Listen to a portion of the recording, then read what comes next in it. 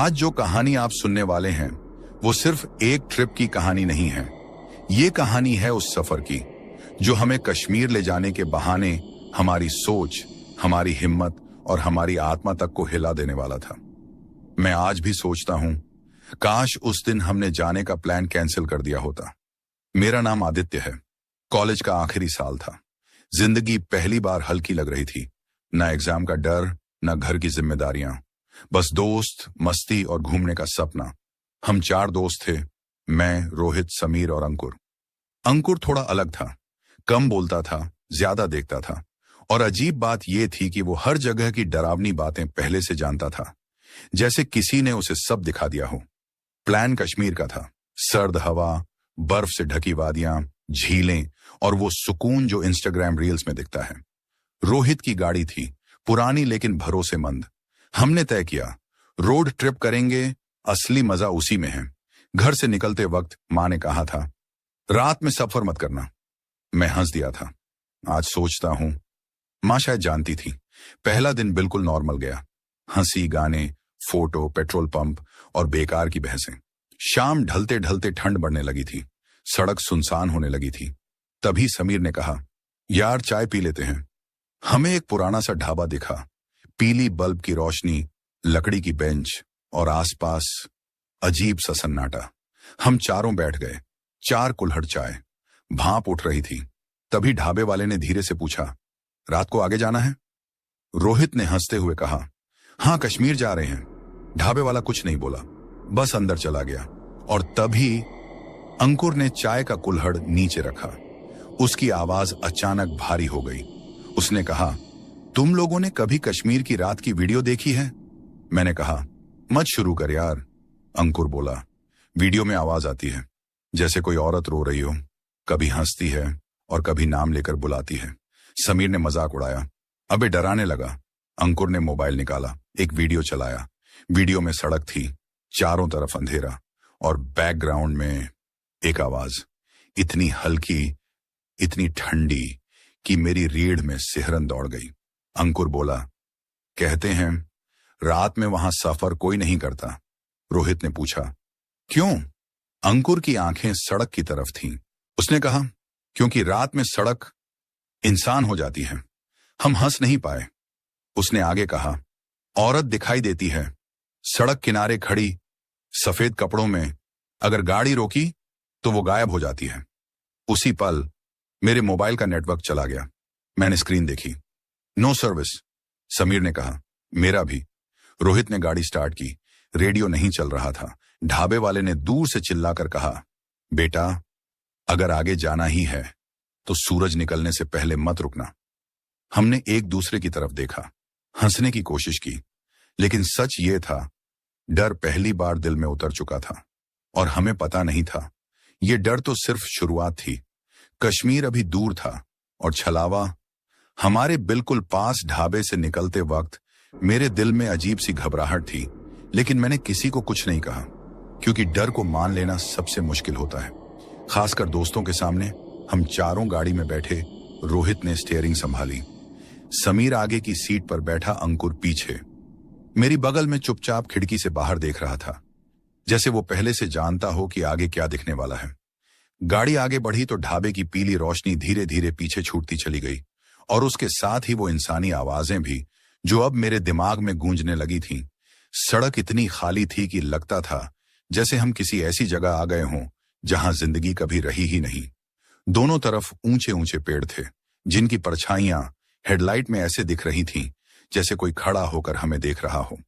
ठंडी हवा गाड़ी के अंदर तक घुस आई थी और मैंने महसूस किया कि अंकुर की उंगलियां लगातार हिल रही थीं, जैसे वो कुछ गिन रहा हो या किसी से बचने की कोशिश कर रहा हो। मैंने उससे पूछा, क्या हुआ? तो उसने बिना मेरी तरफ देखे बस इतना कहा, रात शुरू हो गई है। मैंने हंसने की कोशिश की, लेकिन आवाज गले में ही फंस गई। कुछ दूर जाने के बाद अचानक गाड़ी के आगे धुंध सी छा गई, इतनी घनी कि हेडलाइट भी कमजोर पड़ने लगी। रोहित ने स्पीड कम कर दी। रेडियो अब भी बंद था, मोबाइल में अब भी नेटवर्क नहीं था, और ये बात हमें बेचैन कर रही थी। तभी समीर ने अचानक आगे इशारा किया और बोला, वो देखो, सड़क किनारे कौन है? मैंने देखा, एक औरत खड़ी थी, बिल्कुल वैसी जैसी अंकुर ने ढाबे पर बताई थी। सफेद कपड़े, लंबे खुले बाल और चेहरा झुका हुआ गाड़ी के पास आते ही मेरी सांसें तेज हो गईं। दिल इतनी जोर से धड़क रहा था कि कानों में आवाज आने लगी। रोहित ने ब्रेक मारने की कोशिश की, लेकिन अंकुर चिल्लाया, मत रोक, गाड़ी मत रोक। उसकी आवाज में इतना डर था कि रोहित ने तुरंत एक्सेलरेटर दबा दिया। हम उस औरत के पास से निकले और जैसे ही पीछे देखा, वहां कोई नहीं था। सड़क खाली थी, जैसे कभी कोई खड़ा ही ना हो। मेरे शरीर में झंझनाहट दौड़ गई और समीर ने धीरे से कहा, यार ये मजाक नहीं है। तभी मेरे मोबाइल पर 1 सेकंड के लिए नेटवर्क आया और अपने आप एक वीडियो चलने लगा। वही वीडियो जो अंकुर ने ढाबे पर दिखाया था, लेकिन इस बार आवाज साफ थी। एक औरत की आवाज जो धीरे धीरे मेरा नाम ले रही थी। आदित्य, आदित्य। मैंने मोबाइल फेंक दिया। अंकुर ने मेरा हाथ पकड़ लिया और कहा, अब समझे क्यों इसे छलावा कहते हैं। कश्मीर की रात सच्चाई नहीं दिखाती, सिर्फ वही दिखाती है जो तुम्हें तोड़ दे। गाड़ी आगे बढ़ती रही, लेकिन मुझे लग रहा था कि सड़क लंबी नहीं हो रही, बल्कि घूम घूम कर हमें उसी जगह वापस ला रही है। जैसे हम कहीं जा ही नहीं रहे हों, जैसे हम पहले ही पहुंच चुके हों। और तभी दूर अंधेरे में एक टूटी हुई होटल की इमारत दिखाई दी और रोहित ने कहा, यार आज यहीं रुकना पड़ेगा, क्योंकि आगे कुछ नहीं दिख रहा था।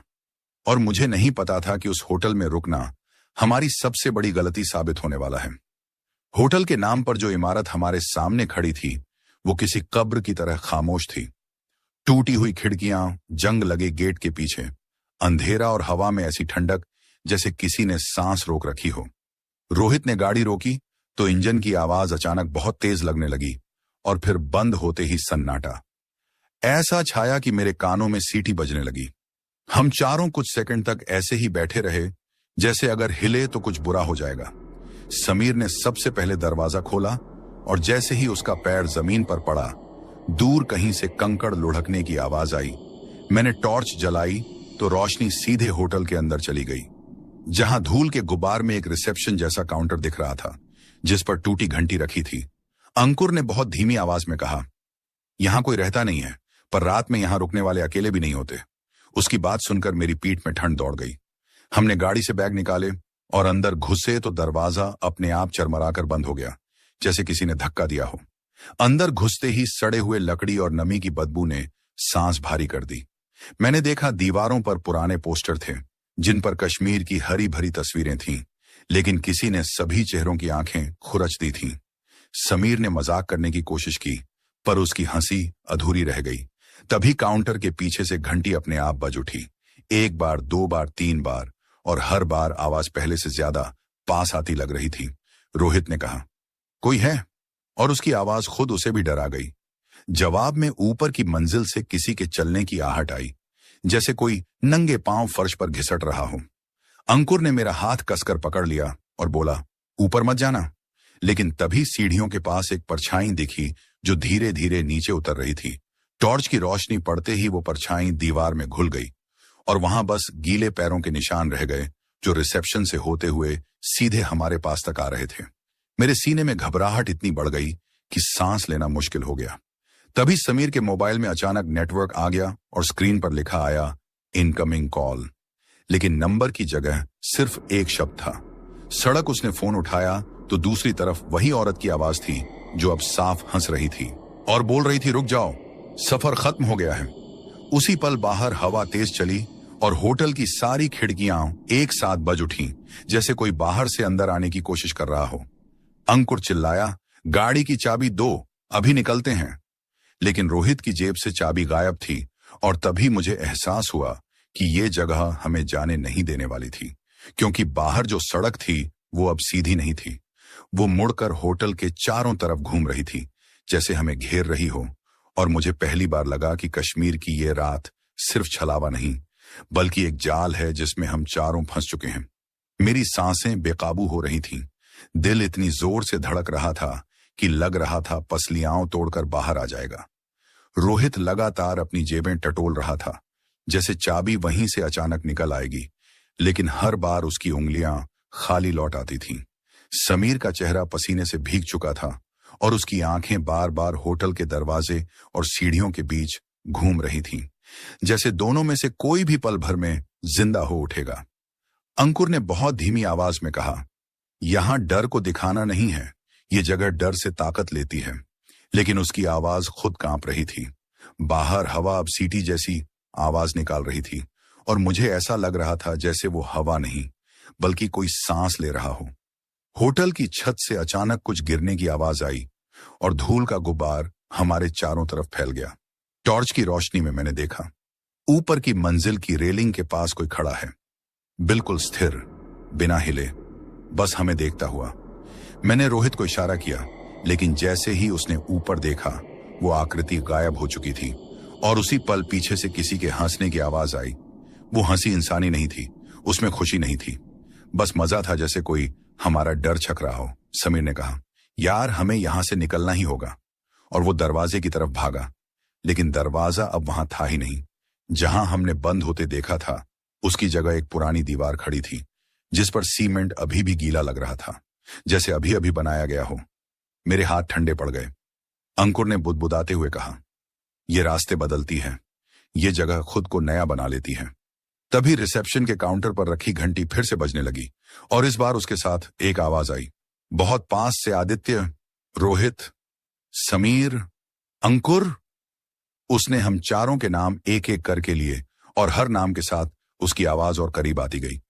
मुझे महसूस हुआ कि कोई मेरे कान के पास खड़ा है।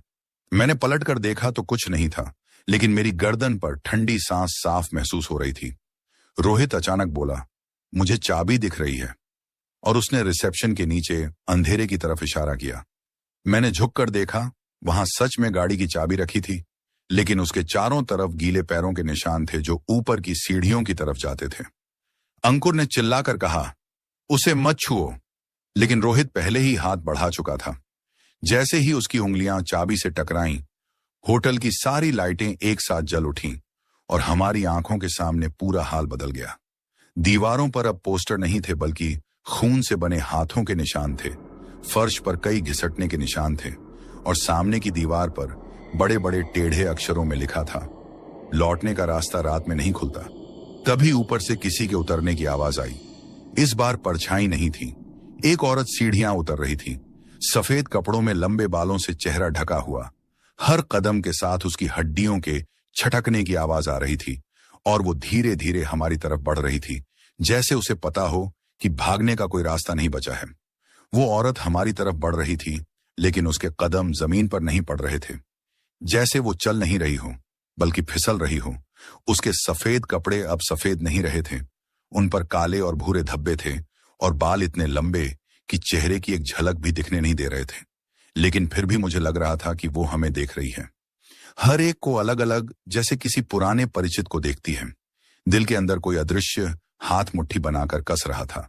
समीर ने पीछे हटते हुए मेरा हाथ पकड़ लिया और रोहित की सांसें इतनी तेज हो चुकी थीं कि वो कुछ बोल भी नहीं पा रहा था। अंकुर की आंखें बंद थीं और उसके होंठ हिल रहे थे, जैसे वो कुछ पढ़ रहा हो या किसी से माफी मांग रहा हो। औरत ने अचानक रुककर सिर उठाया और उसी पल पूरे होटल में एक साथ बच्चों के रोने की आवाज गूंज उठी, इतनी तेज कि मुझे अपने कान ढकने पड़े। वो आवाज हर दिशा से आ रही थी, जैसे दीवारों के अंदर से, जैसे फर्श के नीचे से, जैसे हमारी अपनी छाती के अंदर से। औरत ने बहुत धीमी आवाज में कहा, सफर अधूरा छोड़कर क्यों आए हो? और उसकी आवाज में गुस्सा नहीं था, उसमें थकान थी, जैसे वो सदियों से यही सवाल पूछ रही हो। रोहित ने हिम्मत करके कहा, हमें जाने दो, हमसे गलती हो गई। जवाब में वो हंसी और उस हंसी के साथ ही फर्श पर दरारें पड़ने लगीं। उन दरारों से काली ठंडी हवा निकल रही थी, जिसमें सड़ांध और मिट्टी की गंध मिली हुई थी। मैंने देखा, दीवार पर लिखे शब्द बदल रहे थे, लौटने का रास्ता रात में नहीं खुलता। अब बदल कर हो गया था, जो रात में रुका वो सुबह नहीं देखता। समीर चिल्लाया, ये सब बंद करो। और जैसे ही उसकी आवाज निकली, होटल की छत से पानी टपकने लगा, लेकिन वो पानी नहीं था, वो गाढ़ा और चिपचिपा था और जहां गिरता वहां फर्श काला पड़ जाता। अंकुर ने अचानक आंखें खोली और औरत की तरफ देखते हुए बोला, हम यहां घूमने आए थे, किसी को नुकसान नहीं पहुंचाया। औरत कुछ पल चुप रही, फिर उसने सिर टेढ़ा किया और कहा, कश्मीर देखने आए थे या खुद को भूलने? रोहित की आंखों में आंसू आ गए और शायद पहली बार हम सबको एहसास हुआ कि वो सिर्फ सड़क या होटल नहीं था, वो हमारी कमजोरियों को देख रही थी, हमारे डर, हमारे पछतावे, हमारे वो सच जिन्हें हम दोस्तों से भी छुपाते हैं। तभी अचानक बाहर से गाड़ी के इंजन की आवाज आई, जैसे किसी ने स्टार्ट कर दी हो। हम सब एक साथ दरवाजे की तरफ भागे, जो अब फिर से वहां। लेकिन जैसे ही हमने उसे खोला, बाहर वही सड़क थी जो गोल गोल घूम रही थी, और सड़क के बीचों बीच वही औरत खड़ी थी। लेकिन इस बार उसका चेहरा दिख रहा था। उसकी आंखें खाली थीं, जैसे उनमें कभी रोशनी रही ही ना हो, और उसके होंठ हिल रहे थे। वो बार बार एक ही बात कह रही थी, लौटने का रास्ता तभी मिलता है जब कोई पीछे रह जाए। और ये सुनते ही मेरे दिल में एक ऐसा डर उतरा जिसे मैं नाम भी नहीं दे सकता था, क्योंकि अब सवाल ये नहीं था कि हम कैसे बचेंगे, सवाल ये था कि कौन नहीं बचेगा। उसके शब्द हवा में तैरते रहे और हमारे दिमाग में हथौड़े की तरह बजते रहे कि लौटने का रास्ता तभी मिलता है जब कोई पीछे रह जाए। और उस पल हम चारों के बीच एक अजीब सा सन्नाटा भर गया। ऐसा सन्नाटा जिसमें दोस्ती की हंसी नहीं थी, सिर्फ दिलों की धड़कनें थीं जो एक दूसरे से टकरा रही थीं। सड़क के बीच खड़ी वो औरत अब पास नहीं आ रही थी, बस खड़ी खड़ी मुस्कुरा रही थी, जैसे उसे यकीन हो कि फैसला हम ही करेंगे और ये खेल उसी का है। रोहित ने गाड़ी की तरफ दौड़ लगाई। इंजन सच में चालू था, हेडलाइट जल रही थी, लेकिन जैसे ही उसने ड्राइवर सीट पर बैठकर एक्सेलरेटर दबाया, गाड़ी आगे नहीं बढ़ी। पहिए घूम रहे थे, पर सड़क चिपचिपी लग रही थी, जैसे कीचड़ नहीं बल्कि किसी जिंदा चीज पर फंसी हो। समीर ने पीछे मुड़कर देखा और उसकी चीख मेरे कानों में आज भी गूंजती है। होटल का दरवाजा अपने आप बंद हो चुका था और उसकी दीवारें अब सांस ले रही थीं। हाँ, सांस ले रही थीं। हर उभार के साथ दीवारें अंदर बाहर हो रही थीं, जैसे कोई बहुत बड़ा फेफड़ा हो। अंकुर ने मेरी तरफ देखा। उसकी आंखों में डर से ज्यादा पछतावा था। उसने कहा, आदित्य, मुझे पहले ही समझ जाना चाहिए था। ये रास्ता सिर्फ जगह नहीं बदलता, ये इंसान भी बदल देता है। और तभी सड़क के किनारे लगे पेड़ों से फुसफुसाहट उठी। सैकड़ों आवाजें एक साथ बोल रही थीं, नाम पुकार रही थीं, वादे कर रही थीं, धमकियां दे रही थीं। मेरे सिर में तेज दर्द होने लगा और मुझे ऐसा लगा जैसे यादें मुझसे छीनी जा रही हों। कॉलेज के दिन, मां का चेहरा, घर की खुशबू, सब धुंधला होने लगा। और उसी धुंध के बीच औरत की आवाज फिर आई, चुनो, समय कम है। समीर घुटनों के बल बैठ गया और रोते हुए बोला, मैं नहीं रहना चाहता यहां, मैं घर जाना चाहता हूं।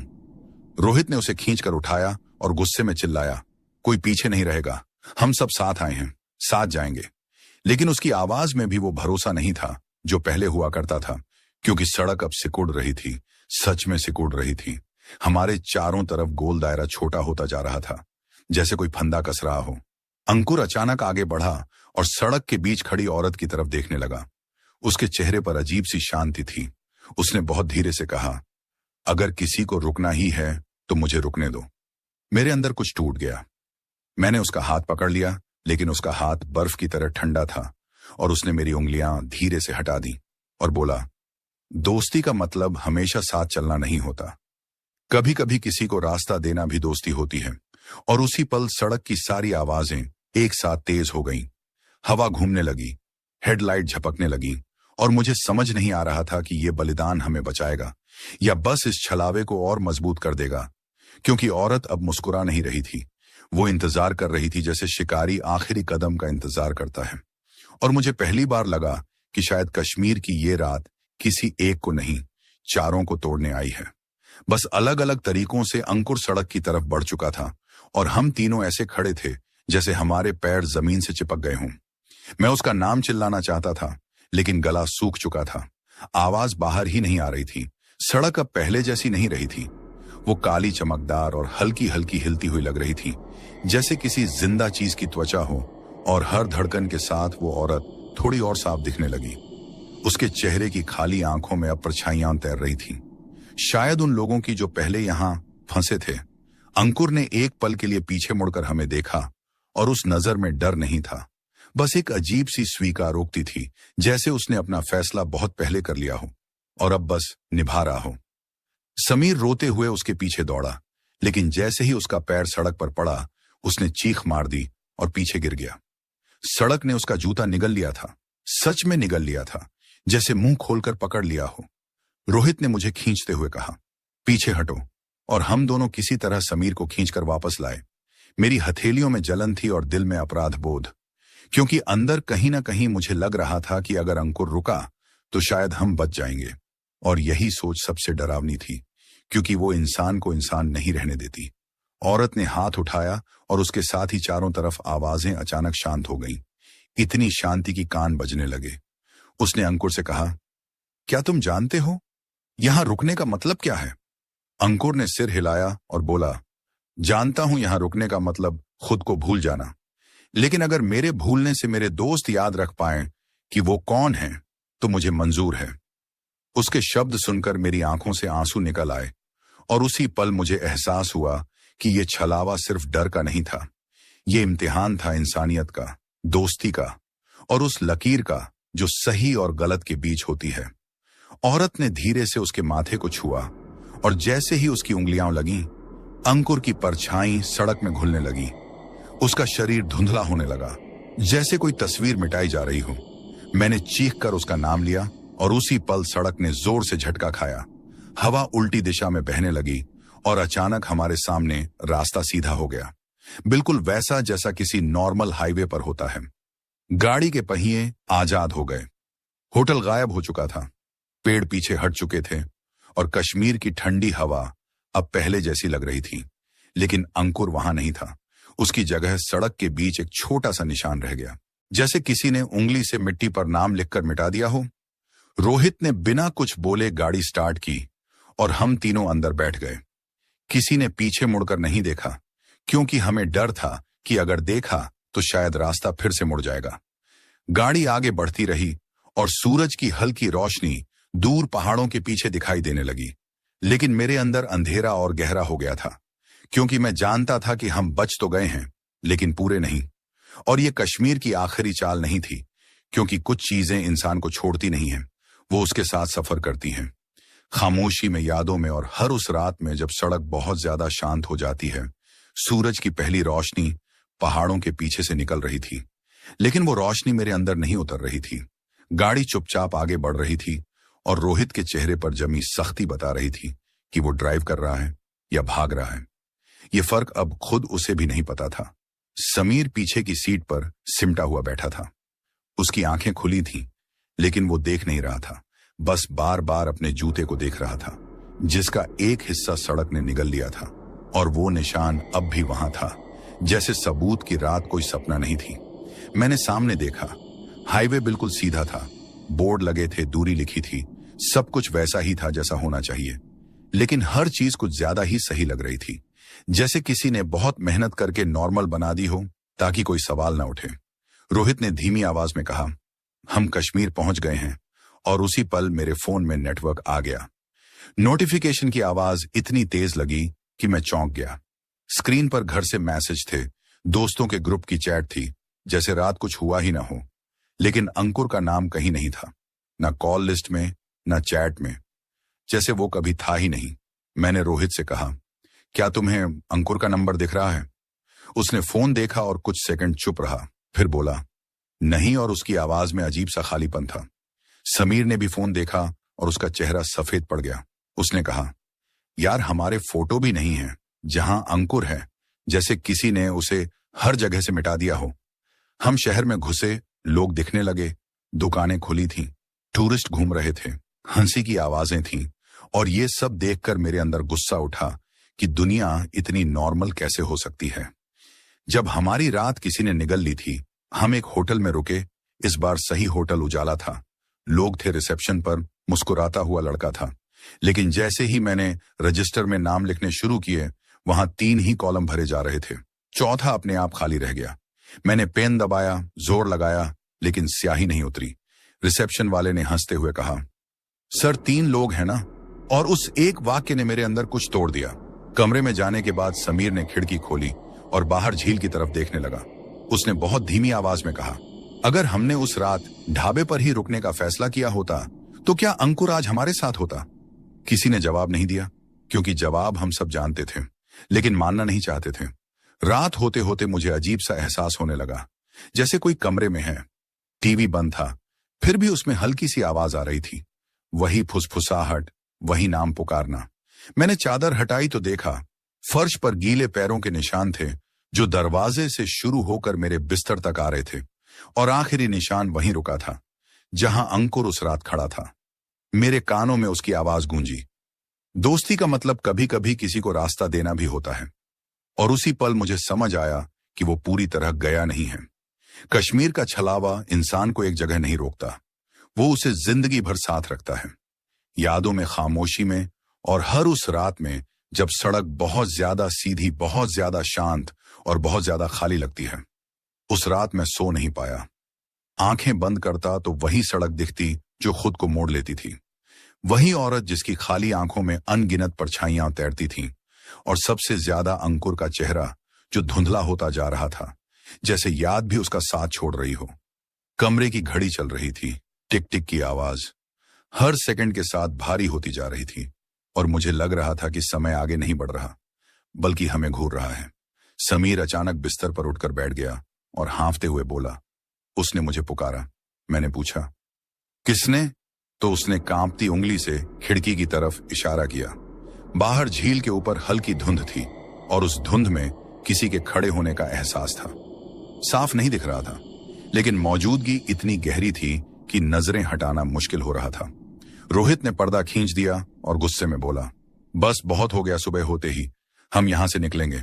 लेकिन उसके शब्दों में भरोसा नहीं था, सिर्फ डर से उपजा जोर था। सुबह जब हम उठे तो होटल का स्टाफ बिल्कुल बदला बदला लग रहा था। रिसेप्शन वाला लड़का हमें ऐसे देख रहा था जैसे हमें पहली बार देख रहा हो। न मुस्कान, न सवाल, बस खाली नजरें। बाहर निकले तो देखा झील के किनारे एक पुराना बोर्ड लगा था जिस पर लिखा था, रात के बाद लौटने वालों की गिनती अधूरी रहती है। और नीचे बहुत हल्के से किसी ने खरोंच कर 4 नाम लिखे थे, जिनमें से एक नाम आधा मिटा हुआ था, अंकु। मेरी उंगलियां कांपने लगी।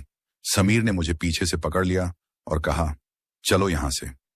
अभी उसी पल मुझे एहसास हुआ कि कश्मीर हमें जाने दे रहा है, लेकिन पूरी तरह नहीं। जैसे कोई दरवाजा आधा खुला हो। सफर आगे बढ़ा। दिन में सब कुछ सामान्य दिखता था। पहाड़ खूबसूरत थे, लोग हंस रहे थे, फोटो खींच रहे थे, लेकिन हर तस्वीर में एक अजीब सी खाली जगह रहती थी, जैसे फ्रेम में कोई होना चाहिए था जो नहीं है। रोहित ने गाड़ी रोकी और कहा, यार मुझे लग रहा है कि हम घूम नहीं रहे हैं, बल्कि किसी चीज से भाग रहे हैं, और भागते हुए भी हमसे वो छूट नहीं रही, क्योंकि हर मोड़ पर वही एहसास लौट आता था। रात ढलते ही फिर वही ठंड, वही सन्नाटा, और मुझे लगा जैसे सड़क के किनारे पर छाइयां फिर से खिसकने लगी हों। समीर ने बहुत धीमी आवाज में कहा, अगर वो वापस आना चाहे तो क्या हम उसे पहचान पाएंगे? और इस सवाल का जवाब मेरे पास नहीं था, क्योंकि सच ये था कि अब हमें खुद पर भरोसा नहीं रहा था। हमें नहीं पता था कि जो दिख रहा है वो सच है या सिर्फ कश्मीर का अगला छलावा। और मुझे अंदर ही अंदर डर लग रहा था कि ये कहानी यहां खत्म नहीं हो रही, बल्कि धीरे धीरे हमें इस मोड़ तक ला रही है जहां फैसला हमें नहीं बल्कि सड़क को करना होगा कि कौन लौटेगा और कौन हमेशा के लिए याद बनकर रह जाएगा। उस दिन के बाद हमें समझ आ गया था कि कश्मीर अब सिर्फ एक जगह नहीं रहा था, वो हमारे साथ चलने लगा था। हमारी परछाइयों में, हमारी खामोशी में, और उन सवालों में जिनके जवाब हम जानना नहीं चाहते थे। गाड़ी चल रही थी, लेकिन मुझे लग रहा था जैसे हम आगे नहीं बढ़ रहे, बल्कि किसी अदृश्य धागे से बंधे हुए उसी रात की तरफ खींचते जा रहे हों। रोहित बार बार शीशे में पीछे देखता, जैसे उसे डर हो कि कहीं सड़क फिर से घूम न जाए। समीर चुप था, जरूरत से ज्यादा चुप, और उसकी यही खामोशी मुझे सबसे ज्यादा डराने लगी, क्योंकि वो वही समीर था जो कभी बिना बोले रह नहीं पाता था। शाम ढलते ढलते आसमान का रंग अचानक बदल गया। बादल इतने नीचे आ गए कि पहाड़ और आसमान के बीच फर्क मिट गया, और उसी धुंध में मुझे फिर वही एहसास हुआ जैसे कोई हमें देख रहा हो, नहीं पीछा नहीं कर रहा, बस देख रहा हो इंतजार में। हमने एक छोटे से गांव के पास गाड़ी रोकी। वहां कुछ लकड़ी के घर थे और बीच में एक बूढ़ा आदमी आग ताप रहा था। रोहित ने उससे रास्ता पूछा तो उसने हमें ऊपर से नीचे तक देखा और कहा, तुम लोग 3 ही हो ना? उसका यह कहना मेरे सीने में तीर की तरह लगा। मैंने हिम्मत करके पूछा, क्या आपने यहां किसी चौथे को देखा है? बूढ़ा कुछ पल चुप रहा, फिर आग में लकड़ी डालते हुए बोला, यहां जो रात में रुक जाता है वो सबके लिए नहीं बचता। कुछ लोगों के लिए वो याद बन जाता है, कुछ के लिए परछाई और कुछ के लिए रास्ता। और ये कहते हुए उसने सड़क की तरफ देखा, जैसे वही असली सुन रही हो। हम वहां से निकल आए, लेकिन उसके शब्द मेरे साथ चिपक गए। रात होते ही फिर वही अजीब आवाजें शुरू हो गईं। हवा में नाम घुलने लगे और मुझे साफ सुनाई दिया। अंकुर की आवाज, आदित्य। मैंने आंखें बंद कर लीं, लेकिन आवाज बंद नहीं हुई, उल्टा और साफ हो गई, जैसे वो मेरे कान के अंदर बोल रहा हो। समीर ने अचानक कहा, वो यही है ना? मैंने कुछ नहीं कहा, क्योंकि अगर मुंह खोलता तो शायद सच बाहर आ जाता, और मैं तैयार नहीं था। रोहित ने गाड़ी रोक दी और बोला, अगर वो हमारे साथ है तो सामने आ जाए। और जैसे ही उसने ये कहा, सड़क के बीच एक हल्की सी आकृति बनी, धुंध से निकलती हुई, पूरी नहीं, अधूरी, जैसे कोई आधा सपना। अंकुर जैसा, लेकिन पूरी तरह नहीं। उसकी आंखें खाली थीं और चेहरे पर वही शांति थी जो उसने उस रात दिखाई थी। उसने हमसे कुछ नहीं कहा, बस हमें देखा और फिर सड़क के साथ साथ चलने लगा। गाड़ी आगे बढ़ी और वो हमारे बराबर चलता रहा, जैसे रास्ता दिखा रहा हो, जैसे हमें कहीं पहुंचा रहा हो। और मुझे उस पल समझ आया कि उसका रुकना शायद अंत नहीं था। शायद वो अब रास्ता बन चुका था और ये सफर अभी खत्म नहीं हुआ था, बल्कि अब उस मोड़ पर आ गया था जहां लौटने का मतलब सिर्फ पीछे जाना नहीं, बल्कि खुद को हमेशा के लिए खो देना था। अंकुर जैसी वो आकृति हमारे बराबर चल रही थी, लेकिन उसके कदमों की आवाज नहीं थी, जैसे वो जमीन को छू ही नहीं रहा हो। रोहित ने स्पीड बढ़ाई तो वो भी तेज हो गया, और जब रोहित ने ब्रेक मारा तो वो भी वहीं रुक गया, जैसे सड़क और वो एक ही चीज हो। समीर ने कांपती आवाज में कहा, ये अगर सच में अंकुर है तो बोल क्यों नहीं रहा? और उसी पल वो आकृति रुकी और पहली बार उसकी आंखों में हल्की सी नमी दिखाई दी। उसने होंठ हिलाए, लेकिन आवाज नहीं निकली। बस हवा में एक सिहरन दौड़ गई और मेरे दिमाग में सीधे शब्द गूंजे, बिना आवाज के, बिना मुंह के लौटने का रास्ता पास है। लेकिन पूरा नहीं। मैंने सिर पकड़ लिया, क्योंकि ये आवाज कानों से नहीं, सीधे अंदर से आ रही थी। रोहित ने गाड़ी आगे बढ़ाई और अचानक सड़क दो हिस्सों में बंट गई। एक तरफ वही सीधी नॉर्मल हाईवे, दूसरी तरफ संकरी घुमावदार सड़क जो अंधेरे में घुसती जा रही थी, और दोनों के बीच खड़ा था अंकुर, या जो भी वो बन चुका था। उसने अपना हाथ संकरी सड़क की तरफ उठाया। समीर चिल्लाया, नहीं, हम वापस नहीं जाएंगे। लेकिन उसी पल हाईवे वाली सड़क पर लगे बोर्ड गिरने लगे, अक्षर मिटने लगे और रास्ता धुंध में घुलने लगा, जबकि संकरी सड़क अब साफ दिख रही थी, जैसे वो ही असली हो। मेरे दिल में तेज दर्द उठा और मुझे एहसास हुआ कि ये जगह सच को नहीं, बल्कि चुनाव को परखती है। रोहित ने मुझसे पूछा क्या करें, और पहली बार ड्राइविंग सीट पर बैठा वो लड़का नहीं, बल्कि डरा हुआ दोस्त दिखा, जिसने कभी गलत मोड़ नहीं लिया था। मैंने अंकुर की तरफ देखा और उसकी आंखों में वो सवाल था जो उस रात ढाबे पर शुरू हुआ था। क्या तुम डर के साथ जी सकते हो या सच के साथ मरने को तैयार हो? मैंने धीरे से कहा। संकरी सड़क, और जैसे ही रोहित ने स्टीयरिंग घुमाया, हाईवे पूरी तरह गायब हो गया। हवा तेज चलने लगी, पेड़ करीब आते गए और सड़क फिर से वही काली चमकदार बन गई। लेकिन इस बार डर के साथ एक अजीब सा सुकून भी था, जैसे कोई बोझ उतर रहा हो। अंकुर की आकृति धीरे धीरे आगे बढ़ी और हमारे सामने रास्ता खुलता गया। लेकिन मुझे पता था कि ये रास्ता हमें घर नहीं, बल्कि उस जगह ले जा रहा है जहां इस छलावे की असली कीमत चुकानी होगी। क्योंकि कश्मीर किसी को यूं ही नहीं छोड़ता, वो हर सफर के बदले कुछ न कुछ हमेशा अपने पास रखता है। और इस बार मुझे डर था कि वो कुछ शायद हम तीनों से लेने वाला है। संकरी सड़क पर उतरते ही हवा का तापमान अचानक गिर गया, जैसे हम किसी और ही दुनिया में आ गए हों। पेड़ इतने पास आ गए थे कि उनकी टहनियां गाड़ी की छत से टकराने लगी, और हर टकराहट पर ऐसा लगता था जैसे कोई हमें रोकने की कोशिश कर रहा हो। अंकुर की वो आकृति अब गाड़ी से आगे चल रही थी, कभी धुंध में घुल जाती, कभी फिर से उभर आती, और हर बार जब वो दिखती, मेरे सीने में अजीब सा भारीपन भर जाता, जैसे कोई याद जबरदस्ती वापस लाई जा रही हो।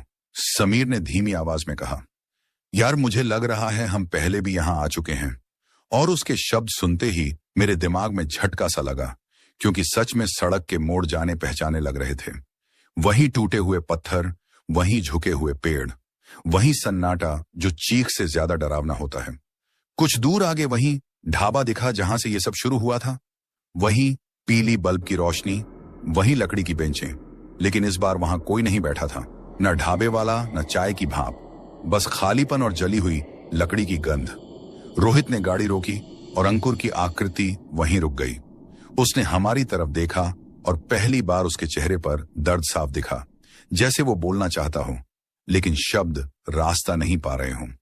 मैंने गाड़ी से उतरते हुए कहा, यह सब यहीं खत्म करना होगा, क्योंकि अगर शुरुआत यहीं हुई थी तो शायद अंत भी यहीं होना चाहिए। ढाबे के अंदर गए तो दीवारों पर नए निशान थे, नाखूनों से खरोंचे हुए, जैसे किसी ने भागने की कोशिश की हो। काउंटर पर वही चाय के कुल्हड़ रखे थे, चारों, लेकिन एक उल्टा पड़ा था। टूटा हुआ। समीर ने कांपते हाथों से उसे उठाया और तभी उसके अंदर से पानी नहीं बल्कि काली रेत गिरने लगी। अंकुर की आवाज मेरे दिमाग में फिर गूंजी, मैं पूरी तरह गया नहीं हूं, मैं उस फैसले में फंसा हूं जो तुम लोग लेने से डर गए थे। और तभी बाहर से किसी के चलने की आवाज आई। हमने पलटकर देखा, वही औरत ढाबे के बाहर खड़ी थी, लेकिन इस बार वो सड़क से जुड़ी नहीं थी। वो थकी हुई लग रही थी, झुकी हुई, जैसे सदियों का बोझ ढो रही हो।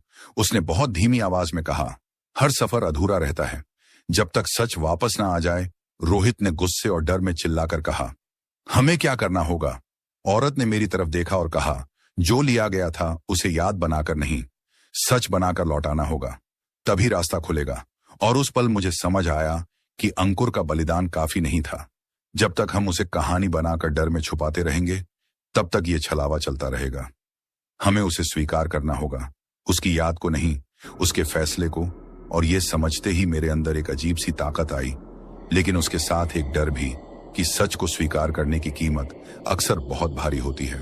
और अब जो होने वाला था वो सिर्फ एक दोस्त की वापसी नहीं, बल्कि हमारी जिंदगी की सबसे कठिन कबूलियत होने वाली थी।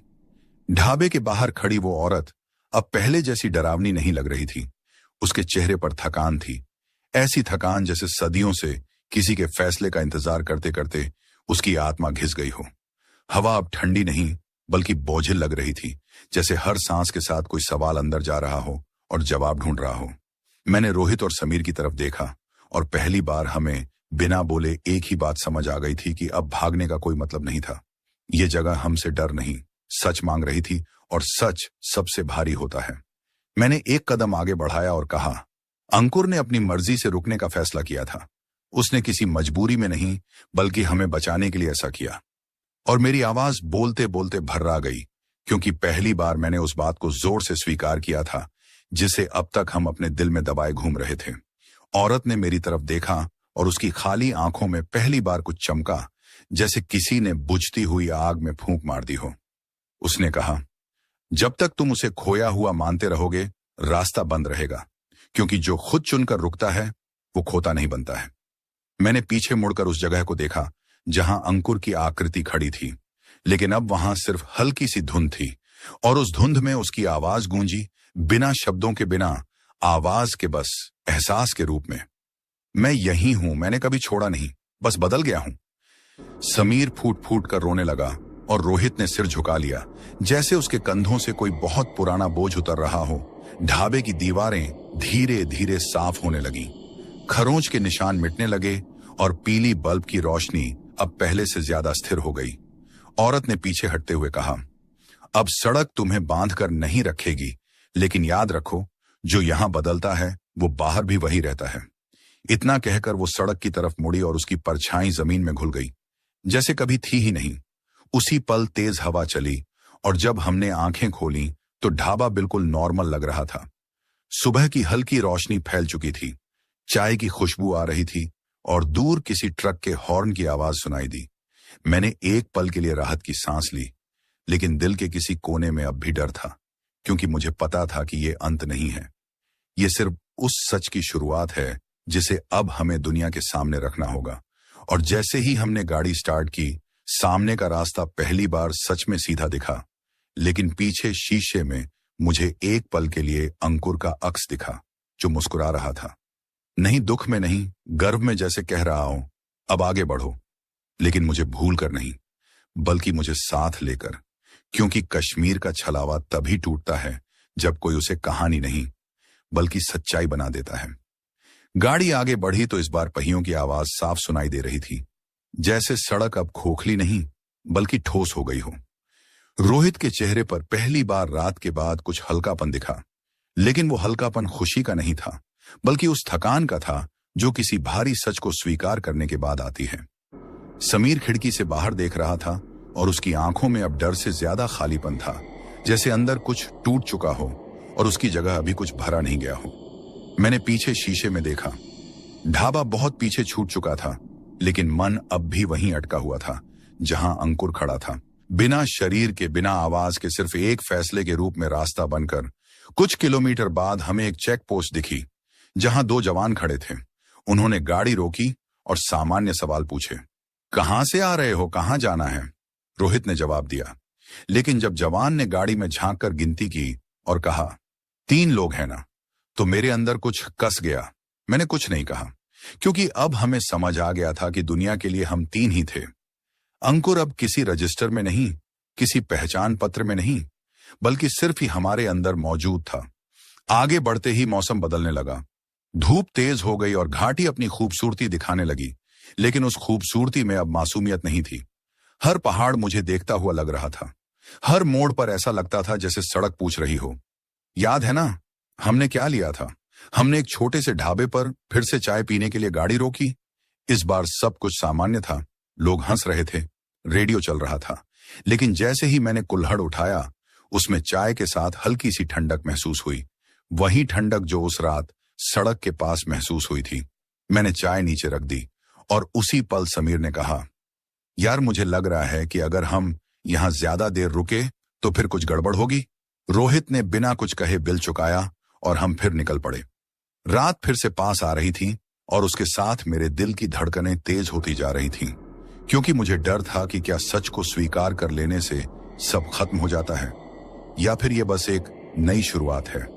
क्योंकि जैसे जैसे अंधेरा घिर रहा था, सड़क के किनारे परछाइयां फिर से लंबी होने लगी थीं, लेकिन इस बार वो डराने नहीं बुलाने जैसी लग रही थी, जैसे कोई हमें आखिरी इम्तिहान के लिए तैयार कर रहा हो। और मेरे दिमाग में अंकुर की वही शांत आवाज गूंजी, डर खत्म नहीं होता आदित्य, बस उसकी शक्ल बदल जाती है।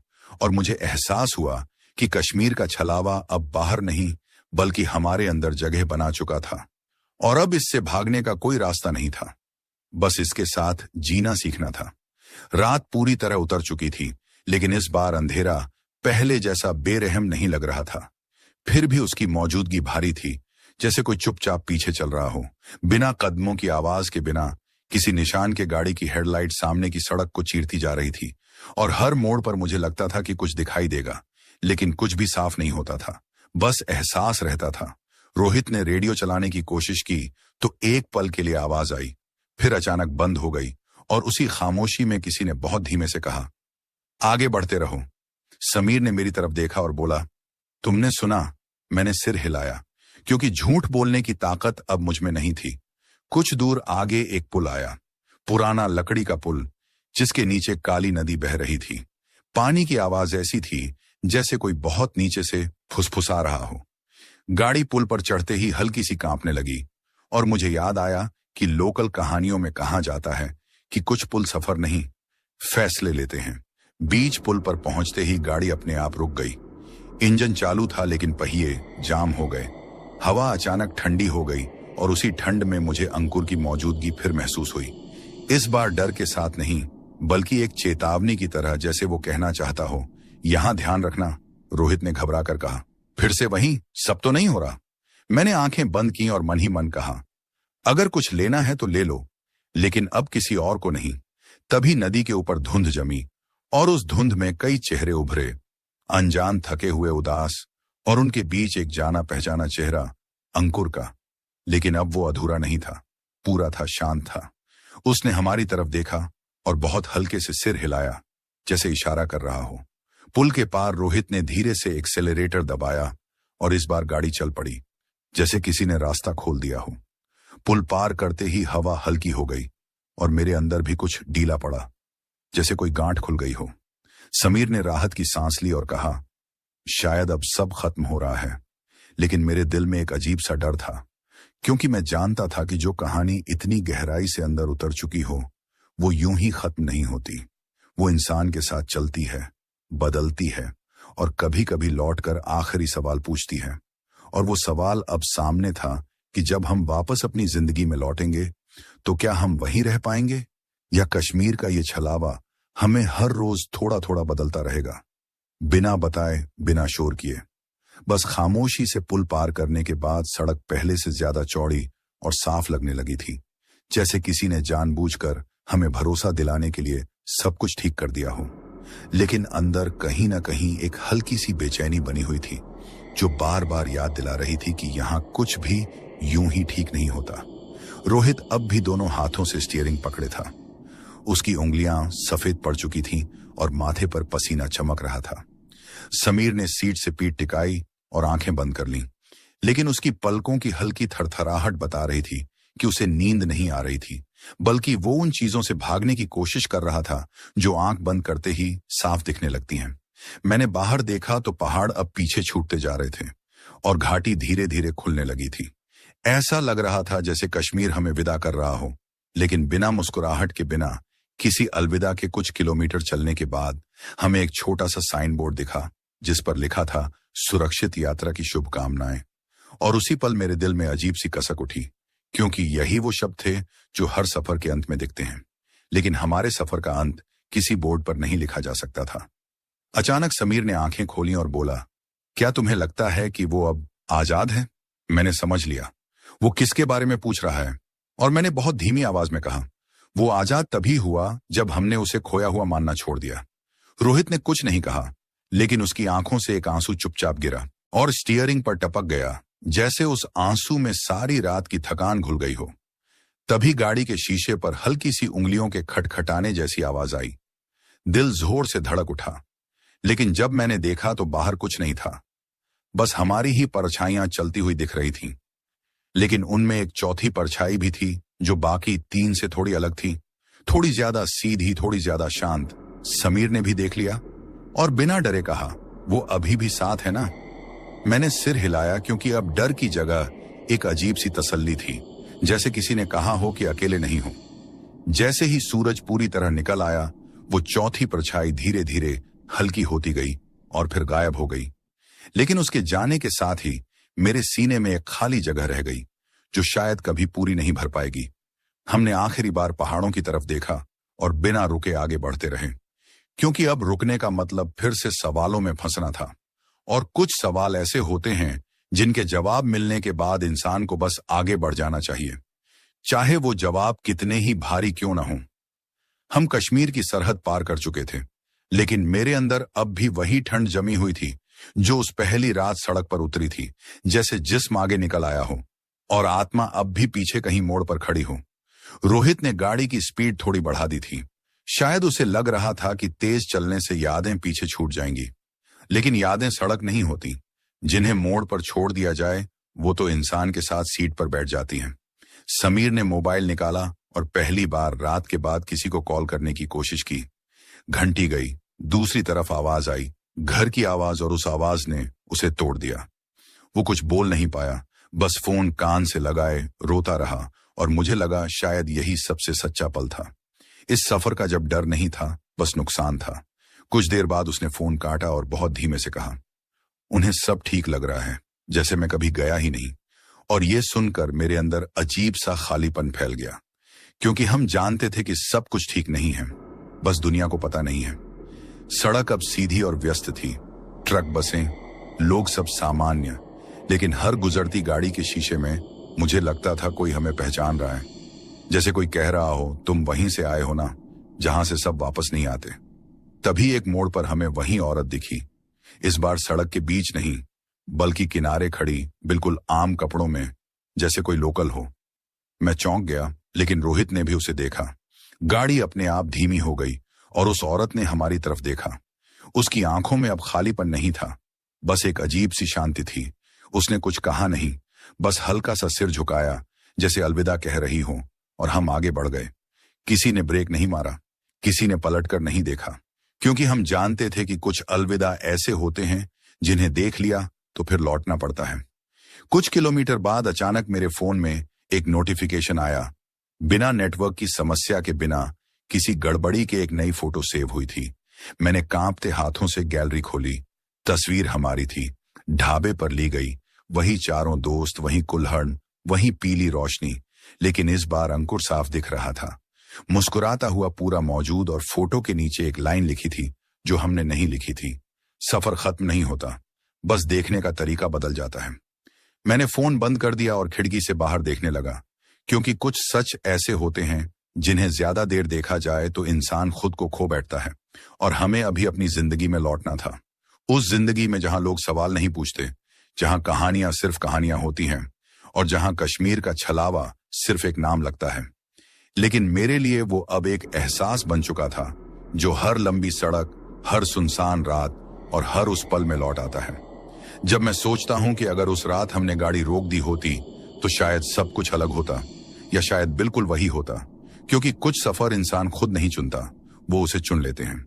घर लौटने के बाद सब कुछ वैसा ही था जैसा होना चाहिए था। वही सड़कें, वही आवाजें, वही रोजमर्रा की जिंदगी। लेकिन मेरे लिए हर चीज में एक हल्की सी दरार आ चुकी थी, जैसे दुनिया ऊपर से सही दिखती हो लेकिन अंदर कुछ खिसक गया हो। रोहित अपने घर चला गया, समीर भी अपने शहर निकल गया, और मैं अकेला अपने कमरे में बैठा सूटकेस खोलता रहा, बिना सामान निकाले, क्योंकि हर कपड़े के साथ कोई ना कोई याद चिपकी हुई थी जिसे छूने की हिम्मत नहीं हो रही थी। रात को जब लाइट बंद की तो अंधेरा डरावना नहीं था, लेकिन बहुत गहरा था, इतना गहरा कि उसमें सोच साफ सुनाई देती थी। और उसी खामोशी में मुझे फिर लगा जैसे कोई मेरे कमरे में है नहीं। दिख रहा था ना आवाज थी, बस मौजूदगी थी, वही जानी पहचानी मौजूदगी जो अब डर नहीं लगाती थी लेकिन बेचैन कर देती थी। अगले दिन कॉलेज गया तो सबने ट्रिप के बारे में पूछा। मैंने मुस्कुराकर बस इतना कहा, अच्छा था, और किसी ने आगे सवाल नहीं किया, जैसे सबको वही जवाब काफी लगा हो। कैंटीन में बैठा तो 4 कुर्सियों वाली टेबल पर हम 3 ही बैठे थे। चौथी कुर्सी खाली थी, लेकिन किसी ने उसे हटाया नहीं, और न ही किसी ने पूछा क्यों खाली है। समीर ने अचानक कहा, क्या तुम्हें भी लगता है कि हम अधूरे लौटे हैं? मैंने सिर हिलाया, क्योंकि सच यही था, हम बचे थे लेकिन पूरे नहीं थे। अंकुर की कमी किसी आवाज की तरह नहीं, बल्कि एक खामोशी की तरह हमारे बीच रहती थी, जो हर बातचीत के बीच में आकर बैठ जाती थी। कुछ दिन बाद मैंने फिर से वही फोटो देखी, ढाबे वाली। इस बार उसमें कोई लाइन नहीं थी, बस अंकुर की आंखें अलग लग रही थीं, जैसे वो कुछ कहना चाहता हो। और उसी रात मुझे सपना आया।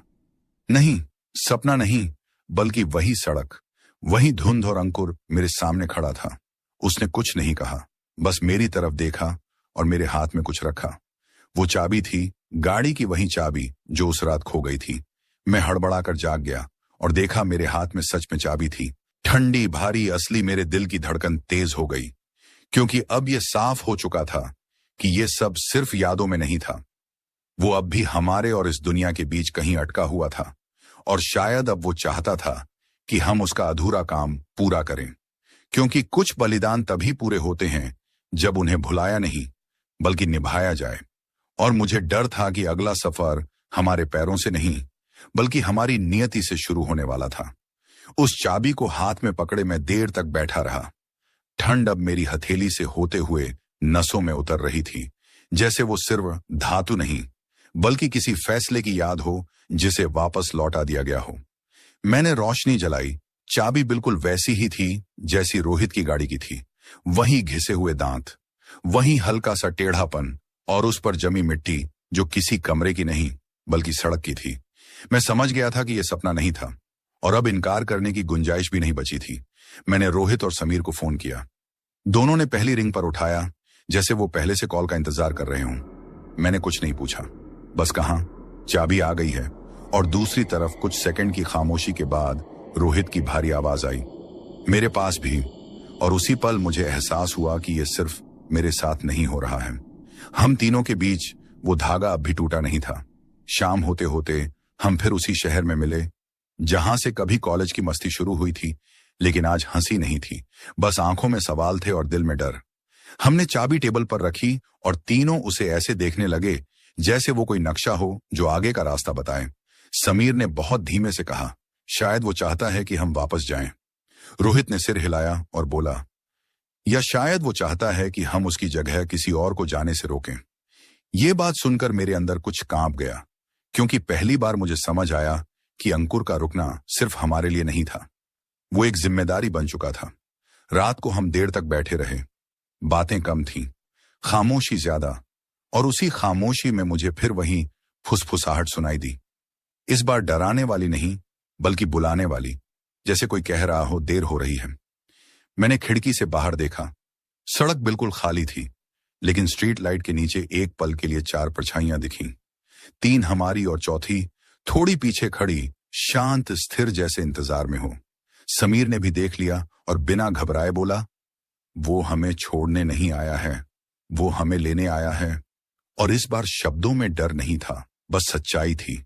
हमें पता था कि अगर हम इस बार गए तो शायद लौटना वैसा नहीं होगा जैसा पहले था, लेकिन अगर नहीं गए तो ये अधूरापन जिंदगी भर पीछा करेगा, और कुछ अधूरेपन इंसान को धीरे धीरे अंदर से खा जाते हैं।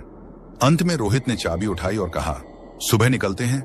और उस एक वाक्य के साथ ही मेरे दिल में अजीब सी शांति उतर आई, जैसे फैसला डर के बावजूद सही हो, क्योंकि कुछ रास्ते डर से नहीं बल्कि जिम्मेदारी से चुने जाते हैं।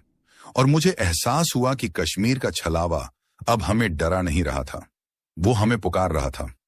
आखिरी बार नहीं, बल्कि पूरा होने के लिए। सुबह की पहली रोशनी के साथ हम तीनों फिर गाड़ी में बैठे थे, लेकिन इस बार माहौल अलग था।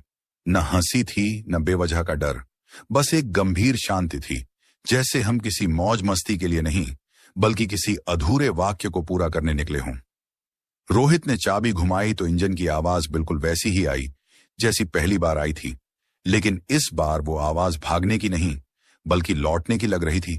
रास्ता वही था, लेकिन एहसास अलग, जैसे सड़क हमें पहचान रही हो और इस बार विरोध नहीं कर रही हो, जैसे कह रही हो, अब समझ आ गया है तो आ जाओ। कश्मीर की वादियां फिर सामने थीं, उतनी ही खूबसूरत, उतनी ही शांत, लेकिन अब उनमें छल नहीं था, सिर्फ गहराई थी। हमने वहीं ढाबा फिर देखा, लेकिन इस बार वहां कोई डर नहीं था। वहीं ढाबे वाला था, वहीं चाय, वहीं पीली रोशनी। उसने हमें देखकर बस इतना कहा, देर कर दी, और हमें समझ आ गया कि वो देर रात की नहीं थी, समझ की थी। हम आगे बढ़े और उसी जगह पहुंचे जहां अंकुर रुका था। सड़क इस बार इंसान नहीं बनी, न कोई औरत दिखी, न धुंध आई, बस एक हल्की सी हवा चली और मेरे दिल में अजीब सा सुकून उतर गया। मैंने आंखें बंद की और पहली बार डर के बिना कहा, तुमने जो किया वो कुर्बानी नहीं था, वो चुनाव था और हम उसे निभाने आए हैं। उसी पल मुझे लगा जैसे किसी ने मेरे कंधे पर हाथ रखा हो, न ठंडा न भारी, बस अपनापन। और फिर वो एहसास धीरे धीरे हल्का होता गया।